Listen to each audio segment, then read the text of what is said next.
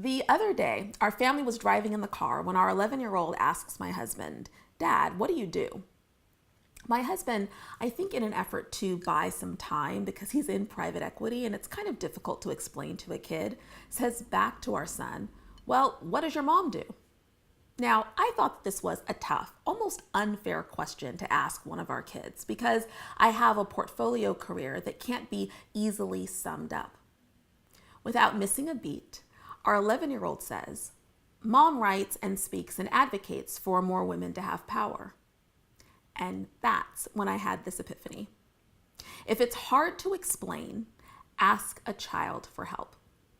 So whenever I'm at a cocktail party and someone asks, "What do you do?" I always respond, "I advance women and girls. That's what I do." I've always thought that was a clever response because it speaks to what I hope to achieve, why I'm on the planet.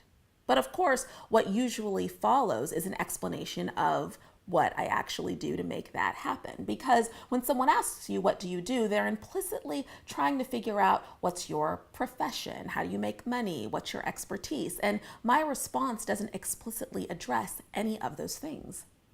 My son's response is actually way better. One of the observations that I've made in meeting with so many women is that life can get complicated. In an effort to do right by our families, our communities, our friends, ourselves, things can get difficult to explain. Who do you love? Why did you stay? What's your gift? Why are you here? What do you do? It turns out that children are beautiful because they don't have the same filters or the noise, and they can often help us get to the heart of the matter.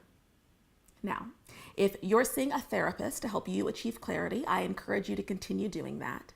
But I do think that it's important for us to tap into as many resources as possible. And it turns out that kids are a good one. So remember, if it's hard to explain, ask a child for help. Thank you so much for watching, and I'll see you next time.